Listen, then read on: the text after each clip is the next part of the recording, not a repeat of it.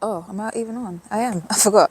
0.1 seconds. That's the fastest a sprinter can react to the gun without being disqualified from a race. In sprinting, every 100th of a second counts. If you're interested in finding out how you can get faster without hindering your chance of actually racing, then keep watching. Hi guys, and welcome back to Fit with T. I hope you guys are good. Can you believe this is the last video in the Sprinting ABC series? I really hope you guys have enjoyed it. Let me know in the comment section below which has been your favorite video, your favorite tip. How has it been for you? Have you learned anything new? Let me know in the comment section below. So this is the final video in my Sprinting ABC series, and today we're on the letter Z and we're talking about the zero tolerance false start rule. Okay, so let's do a little pop quiz. 3 questions, 3 answers. Let's see how many you can get right. Question number 1, how many false starts are sprinters allowed in a race? I'll give you a chance to answer in the comment section below, and I'm going to give you all 3 answers at the end of the 3 questions. Question number 2, fill in the blank. If a sprinter reacts quicker than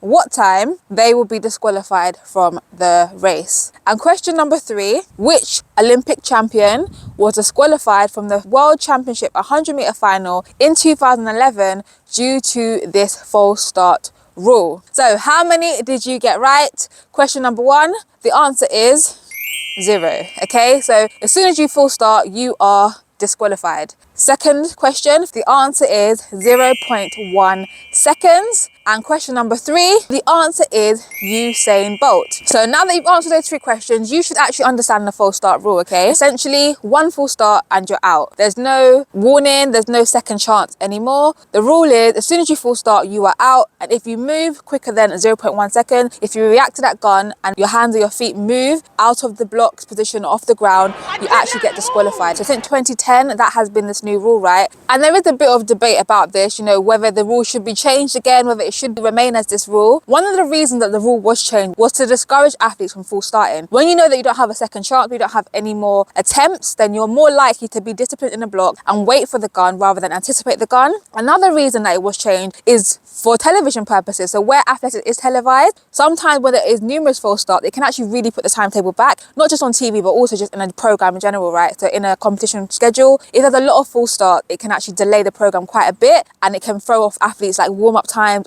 and all of that sort of thing where they've warmed up for an event. If there's a lot of delay, it can really throw things off. And so in a way it has been good, but at the same time we've got issues such as when Usain Bolt was disqualified, where people are tuned in, or whether they're there in person, to watch the world's fastest man run, but then he actually got disqualified. You have 1 chance, and if you blow that chance, then you can't run. So you have the 2 sides. Of course, there's the whole aspect of discipline, being able to hold your nerve, all of that kind of stuff that you have to learn and develop when you're sprinting. But there's 2 sides of the coin. So which side are you on? Do you think the rule is fair? Do you think it should go back to where it's a warning? Do you think 0.1 seconds should be the standard for reacting? There have been athletes in the past who've reacted 0.99 seconds, where they're only 1,000th of a second too fast. Should they be disqualified for that, for reacting quicker than to said time that a human can react to? Can elite athletes actually react quicker than the average person? What do you think? Let me know in the comment section below. But that is the rule as it stands right now. Whether we like it or not, that's the rule. And so as sprinters, as people who are in track and field and who are looking to compete, who are competitive, then you want to make sure that you know this rule, so you understand the rule, so you can learn to be disciplined and to react rather than anticipate the gun. That's one side of it. But then on the other hand, you want to get as close to that 0.1 seconds as you can, isn't it? You want to make the most of your start, make the most of your reaction to the gun. We know that in sprinting, like I said already, every 100th counts, and so you want to get the most out of your race. And if you can get as close as you can to that 0.1 second, you can get yourself off to a good start. So what are 3 ways that you can get as close as you can to that 0.1 second and get the most out of your start? Number 1, actually practice your block starts. Practice the crouch start. Get good at starting in the sense of executing the start, right? So that is a given. I would say the better you feel that you are at starting, the more confidence you're going to have in the start, the more confidence you're going to have in the set. You're not going to be trying to anticipate the gun, because you are confident in your ability to start, your ability to accelerate, your ability to build up speed and to actually get out. So regardless of whether you do get that quick reaction, you're still confident enough in your start to go through the full drive phase. So therefore you're not likely to just rush it. If you haven't already, then you want to practice your start as much as you can so that you can feel more confident in the set position. And even practicing that set position, the more you do it, the stronger your hands are going to get. Your bridge that you're able to make with your hands, which I mentioned in this video, as you get better at that, then you're more likely to be able to wait for the gun. A lot of times when you don't think you're a good starter,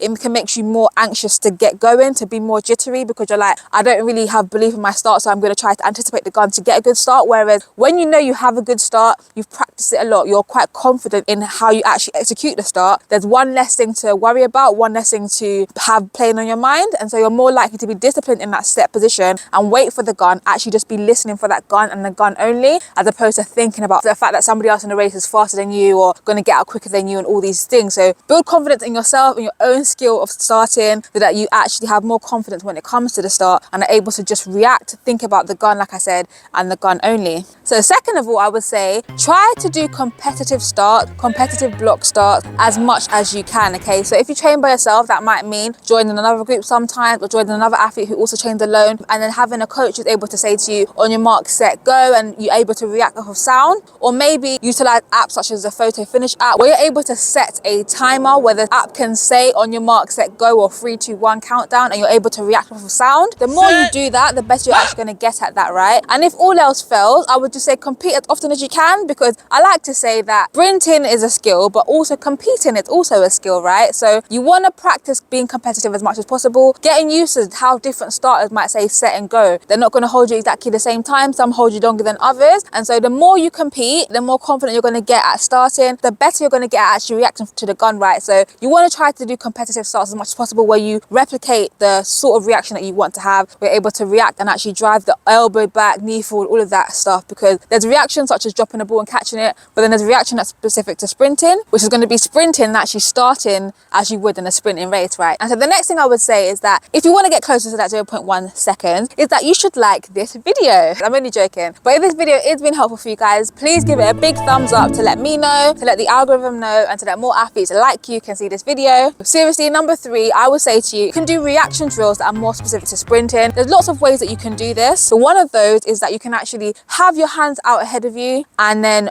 have somebody, or like I said, you can use an app such as the photo finish app to set you off at a random set timer, or you can have somebody, a friend, a coach, another athlete, to be able to say set, go, and on that go you begin to drive your arms as if you were in a race. So you learn to react off of a stimulus, react off of sound, okay? And so I have that drill in the Sprinter's Premium Handbook, and a lot more other tips and tricks that you can actually use to help you in preparation for your race, right? But basically what I'm trying to say is doing some kind of reaction drills with someone saying set, go. For example, you can be lying face down on a track, you can be sitting cross-legged on a track, you could be sitting backwards with your legs out straight on a track. And so there's a lot of ways to make it a bit fun as well, especially if you're a younger athlete. If you're in a group, you can make it a bit more fun, a bit more competitive. But basically practicing reaction drills, so whether it's a sound as a stimulus and you actually have to react off of it, and you don't just react by moving a part of your body, but actually having to actually get into a run. It's a way to learn to react to a stimulus, which is what reaction is in the first place, right? A conscious response to a stimulus. You want to get better at reacting consciously if you want to improve your sprinting, but you also want to improve your unconscious responses, which are called your reflexes, right? So if you haven't checked out this video where I take you guys through some reflex drills that you can use that will also help you to get faster, then make sure to check that out. And if you haven't seen this video where I teach you how to set up your blocks in the first place so you can actually get good at starting and perhaps get another temp out of your sprinting, then make sure to check that out as well. And I'll see you guys on another Friday. Bye guys.